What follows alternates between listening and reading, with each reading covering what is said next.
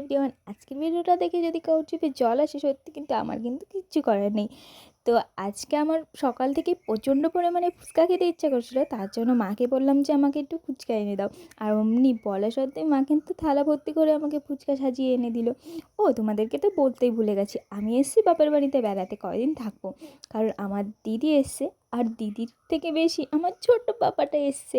তো আমি ভাবলাম চলো বাপের বাড়িতে কদিন থেকে আসি, আর আমার ছোট্ট পাপাটার সাথে কটার সময়ও কাটানো যাবে ভালো ভালো। তো চলো, অনেক ভাট বকে ফেললাম।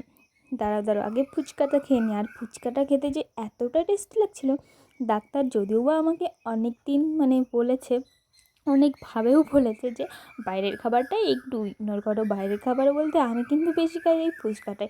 বলো, ফুচকা দেখে কি আর লোভ সামলানো যায়? যতই হোক তবু এখন একটু একটু চেষ্টা করি যে 2-3 দিন বা 4-5 দিন পর পর খেতে। তবু কিন্তু এটা ঠিক না, তবু আমি না ফুচকা দেখে আর নিজেকে সামলাতে পারি না। যাই হোক, অনেক দিন পরে ফুচকা খাচ্ছি, আমি মনে হচ্ছে কী যেন অমৃত একটা কিছু পেয়ে গেছি। তো তোমরা কারা কারা আমার মতন ফুচকা পাগল, অবশ্যই কমেন্ট করে জানিও। তো চলো আমি ফুচকা খেতে থাকি, আর তোমরা আমার ভিডিওতে লাইক, কমেন্ট অ্যান্ড শেয়ার করে দিও। চলো আজকের ভিডিওটা এই পর্যন্তই। আর হ্যাঁ, তোমরা আমাকে কিন্তু অবশ্যই কমেন্ট করে জানিও যে আজকের ভিডিওটা কেমন লেগেছে। চলো আজকের মতন টাটা, সবাই ভালো থেকো, সুস্থ থেকো।